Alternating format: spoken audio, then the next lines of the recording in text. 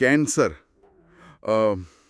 એક એવો શબ્દ જે સાંભળતા જ મનમાં ભય પેદા કરે છે. હા, એક અજાણ્યા દુશ્મનની જેમ. બરાબર.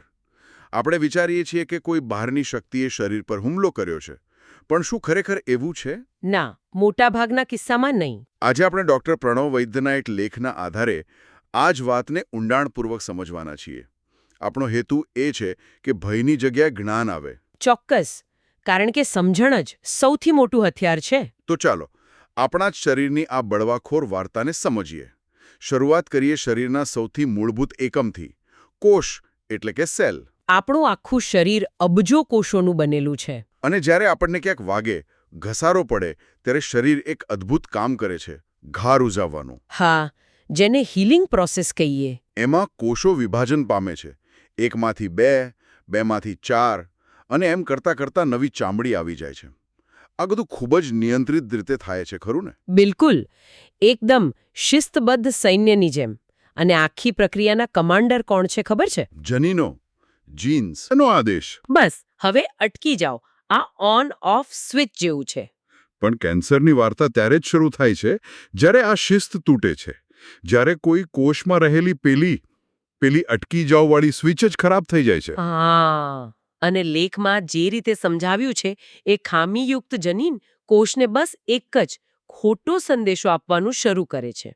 કયો સંદેશો? તારે બીજું કોઈ કામ નથી કરવાનું, બસ અમર્યાદિત રીતે વધ્યા કરવાનું જ છે. ઓહ. અને આ એક જ ખોટા સંદેશાનું પરિણામ ભયંકર હોય છે. કોષો જાણે બ્રેક વગરની ગાડીની જેમ રોકેટ ગતિએ વધવા લાગે છે. લેખમાં એક આંકડો પણ છે જે ખરેખર ચોંકાવનારો છે. હા, સામાન્ય રીતે એક કોષમાંથી રાત સુધીમાં લગભગ 200 કોષ બને, પણ કેન્સરની પ્રક્રિયામાં એ જ એક કોષમાંથી રાત પડતા સુધીમાં 2 લાખ કોષ બની જાય. અને આ લાખો નવા કોષો શરીરનું કોઈ કામ નથી કરતા. એ તો બસ શરીરનું પોષણ ચૂસીને પોતાની સંખ્યા જ વધાર્યા રાખે છે. જાણે શરીરની અંદર જ એક બળવાખોર સૈન્ય. બરાબર. પણ મને એક પ્રશ્ન થાય છે, શું આટલો મોટો વિનાશ ફક્ત એક જ જનીનની ખામીથી થાય? મને આ વાત થોડી વધુ પડતી સરળ લાગે છે. ના, તમારો પ્રશ્ન બિલકુલ સાચો છે. વાસ્તવમાં આ એક નિષ્ફળતા નથી, પણ નિષ્ફળતાઓની એક આખી શૃંખલા છે. એટલે કે? જુઓ, શરીર પાસે ઘણી બધી સુરક્ષા પ્રણાલીઓ એટલે કે સેફ્ટી મિકેનિઝમ્સ હોય છે. જો એક જનીન બગડે તો બીજા જનીનો તેને સુધારવાનો પ્રયત્ન કરે છે. ઓકે. અથવા તો એ કોષને આપઘાત કરવા માટે પ્રેરિત કરે છે, જેને વિજ્ઞાનમાં એપોપ્ટોસિસ કહે છે. કેન્સર ત્યારે જ શરૂ થાય છે જ્યારે આ બધી જ સુરક્ષા પ્રણાલીઓ એક પછી એક નિષ્ફળ જાય. એટલે આ એક ખરાબ સ્વિચ નથી, પણ જાણે આખા સર્કિટ બોર્ડમાં આગ લાગી હોય એવું છે. સમજાઈ ગયું. તો આ લાખો નકામા કોષો ભેગા મળીને એક ગઠ્ઠો બનાવે, જેને આપણે ગાંઠ કહીએ છીએ. હા, ટ્યુમર. અને લેખમાં કોબીજ અને ફૂલકોબીનું ઉદાહરણ છે, જે મને ખૂબ જ ગમ્યું. હા, એ સમજવા માટે ખૂબ જ સચોટ છે. સાદી ગાંઠ એટલે કે બિનાઇન ટ્યુમર એ કોબીજ જેવી હોય છે, ગોળ, સુઘડ, પોતાની મર્યાદામાં રહેનારી. પણ કેન્સરની ગાંઠ? એ ફૂલકોબી જેવી, મેલિગ્નન્ટ, અનિયમિત, જેના પાંખિયા ચારે બાજુ ફેલાતા હોય, એ પોતાની હદમાં નથી રહેતી. તે આસપાસની તંદુરસ્ત પેશીઓમાં ઘૂસણખોરી કરે છે. લેખમાં પીપળાના ઝાડનું ઉદાહરણ પણ છે. હા, કે જાણે કોઈ પીપળાનું ઝાડ દિવાલ તોડીને ઘરમાં ઘૂસી રહ્યું હોય. પણ હકીકતમાં તે એનાથી પણ વધુ ખતરનાક છે. એ કેવી રીતે? કારણ કે આ ઝાડના મૂળ માત્ર દિવાલ નથી તોડતા, એ તો એવા એન્ઝાઇમ્સ પણ છોડે છે જે દિવાલને ઓગાળી નાખે છે. આ માત્ર ભૌતિક આક્રમણ નથી, રાસાયણિક હુમલો પણ છે. ઓહ, એટલે તે આસપાસના વિસ્તારને પોતાના માટે અનુકૂળ બનાવે છે.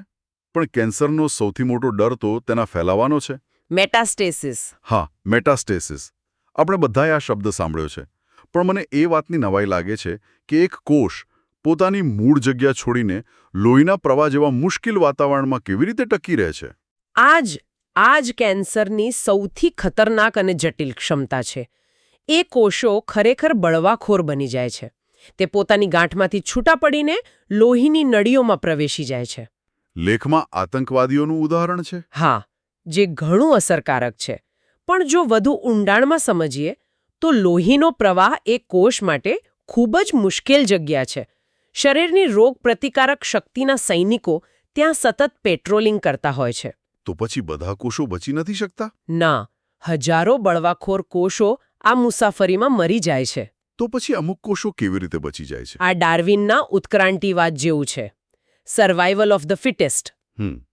જે કોષો સૌથી વધુ મજબૂત અને ચાલાક હોય, જે રોગ પ્રતિકારક શક્તિથી બચવાની ક્ષમતા ધરાવતા હોય, ફક્ત તે જ ટકી રહે છે. અને એ શરીરના કોઈ દૂરના અંગમાં પહોંચી જાય છે? બરાબર.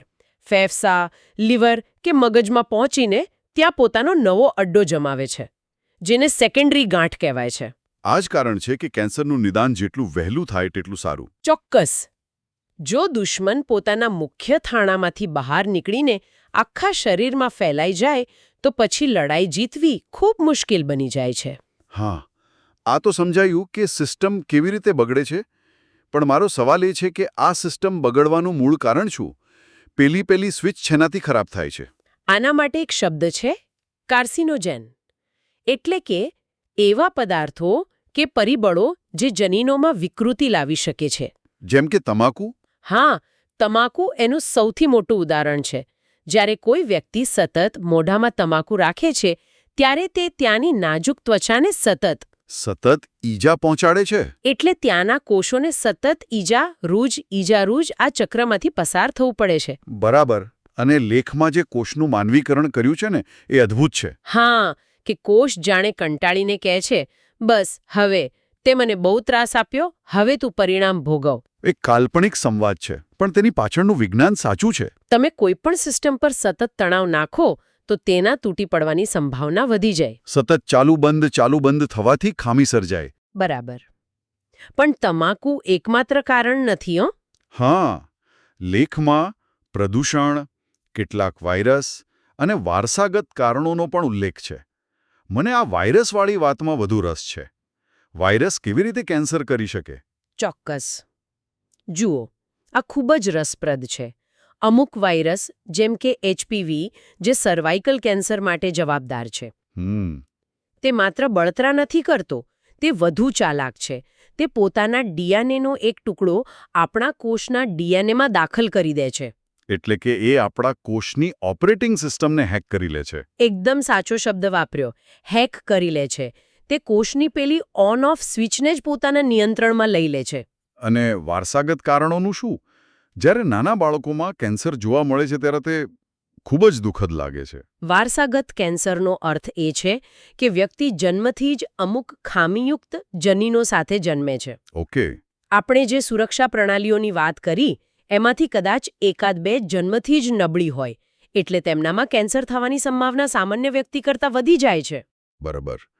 તો હવે આપણને ખબર છે કે કેન્સર કેવી રીતે શરૂ થાય છે અને ફેલાય છે.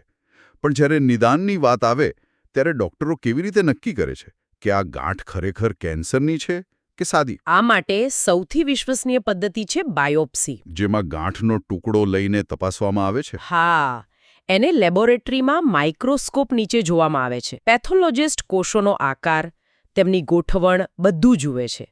કેન્સરના કોષો અનિયંત્રિત અને અવ્યવસ્થિત દેખાય છે. અને CT સ્કેન, MRI જેવી ટેકનોલોજી એ જોવામાં મદદ કરે છે કે ગાંઠ કેટલી મોટી છે અને ક્યાં સુધી ફેલાયેલી છે. એ દુશ્મનના વિસ્તારનો નકશો બનાવવા જેવું છે. લેખમાં કાર્સિનોમા અને સાર્કોમા જેવા શબ્દોનો પણ ઉલ્લેખ છે અને આનંદ ફિલ્મનું ઉદાહરણ પણ. હા, આ કેન્સરના પ્રકારો છે. તે કઈ પેશીમાંથી શરૂ થયું છે તેના પર આધાર રાખે છે. ચામડી કે અંગોના અસ્તરમાંથી થતા કેન્સરને કાર્સિનોમા કહેવાય છે, જે સૌથી સામાન્ય છે. અને સાર્કોમા? જ્યારે હાડકાં, સ્નાયુઓ, લોહી જેવી સંયોજક પેશીઓનું કેન્સર હોય તો તેને સાર્કોમા કહેવાય છે. આનંદ ફિલ્મના પાત્રને આંતરડાનો લિમ્ફોસાર્કોમા હતો, જે લસિકા તંત્રનું કેન્સર હતું. આ નામકરણ સારવાર નક્કી કરવામાં મદદ કરતું હશે ને? બિલકુલ. દરેક દુશ્મન માટે અલગ હથિયાર જોઈએ. અને દરેક કેન્સરની ગતિ પણ અલગ હોય છે.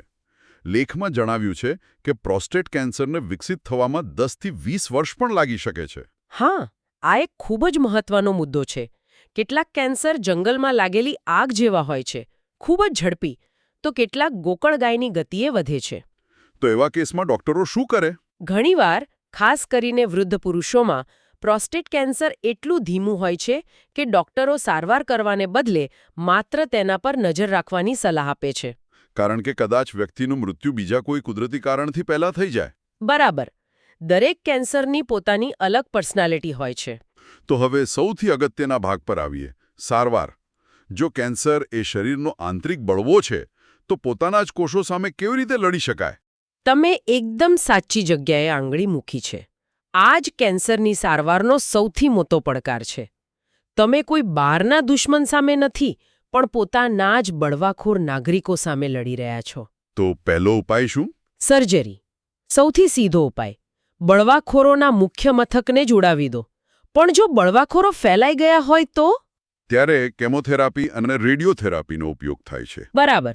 કેમોથેરાપીને આપણે એક કાર્પેટ બોમ્બિંગ જેવી વ્યૂહરચના કહી શકીએ. Carpet bombing? હા, એવી દવાઓ આપવામાં આવે છે જે શરીરમાં ઝડપથી વિભાજન પામતા બધા જ કોષોને મારી નાખે છે. કેન્સરના કોષો તો ખૂબ ઝડપથી વિભાજન પામે છે, એટલે તે સૌથી પહેલા મરે. પણ સમસ્યા એ છે કે આપણા શરીરમાં બીજા પણ તંદુરસ્ત કોષો છે જે ઝડપથી વિભાજન પામે છે. જેમ કે વાણના કોષો કે પાચન તંત્રના કોષો.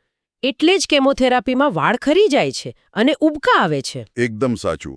આ કોલેટરલ ડેમેજ છે. અને રેડિયોથેરાપી? રેડિયોથેરાપી એક સ્નાઇપર રાઇફલ જેવી છે. તેમાં ચોક્કસ જગ્યાએ ગાંઠ પર જ રેડિયેશનના કિરણો ફેંકીને તેને બાળી નાખવામાં આવે છે. કારક શક્તિને જ એટલી મજબૂત બનાવવામાં આવે છે કે તે પોતે જ કેન્સરના કોષોને ઓળખીને મારી શકે. જાણે તમે દેશની પોલીસને જ આતંકવાદીઓને ઓળખવાની ટ્રેનિંગ આપી રહ્યા હો. વાહ, આ તો ખૂબ જ આશાસ્પદ લાગે છે. છે જ. તો આ બધી ચર્ચા પરથી જે મુખ્ય વાત મને સમજાઈ છે તે એ છે કે કેન્સર કોઈ બહારથી આવેલો રાક્ષસ નથી. ના. તે આપણા શરીરની જ એક સુંદર અને જરૂરી પ્રક્રિયા, ઘા રૂઝાવવાની પ્રક્રિયા, જ્યારે પાટા પરથી ઉતરી જાય છે અને વિકૃત બની જાય છે ત્યારે સર્જાય છે. અકુદરતી છતાં કુદરતી પ્રક્રિયા. હા, બરાબર. અને આ સમજણ જ કેન્સર પ્રત્યેનો આપણો દૃષ્ટિકોણ બદલી શકે છે. આ કોઈ શ્રાપ કે સજા નથી, પણ એક જૈવિક ખામી છે. અને લેખક જે આશાસ્પદ નોંધ પર વાત પૂરી કરે છે તે ખૂબ જ મહત્વની છે. હા, આજે વિજ્ઞાન ઘણું આગળ વધી ગયું છે. 10-20 વર્ષ પહેલા જે કેન્સરનો કોઈ ઈલાજ નહોતો, તેની સામે આજે અસરકારક દવાઓ અને સારવાર ઉપલબ્ધ છે. એટલે કેન્સર એટલે કેન્સલ. આ વિચાર હવે જૂનો થઈ ગયો છે. બિલકુલ. વહેલું નિદાન, યોગ્ય સારવાર અને મજબૂત મનોબળથી આ લડાઈ જીતી શકાય છે. ભયની જગ્યાએ જાણકારી અને સાવધાની રાખવી વધુ જરૂરી છે. ચોક્કસ. લેખમાં કેન્સરને તેના કોષોના કાર્ય એટલે કે અનિયંત્રિત વૃદ્ધિ અને ફેલાવા દ્વારા વ્યાખ્યાયિત કરાયું છે. પણ જો આપણે તેના કારણ વિશે વિચારીએ તો તે ઘણીવાર શરીરને સતત પહોંચાડવામાં આવતા નુકસાનની એક આત્યંતિક પ્રતિક્રિયા છે. અને આ જ આપણને એક મોટા પ્રશ્ન તરફ દોરી જાય છે. કયા પ્રશ્ન તરફ? કે આપણું શરીર, પર્યાવરણ અને આપણી પોતાની આદતો દ્વારા સર્જાયેલા દીર્ઘકાલીન તણાવ સામે બીજી કઈ કઈ આત્યંતિક પ્રતિક્રિયાઓ આપતું હશે, જે કદાચ આપણે હજુ સંપૂર્ણપણે સમજ્યા પણ નથી. હા, કેન્સર તો કદાચ હિમશિલાની ટોચ માત્ર હોય.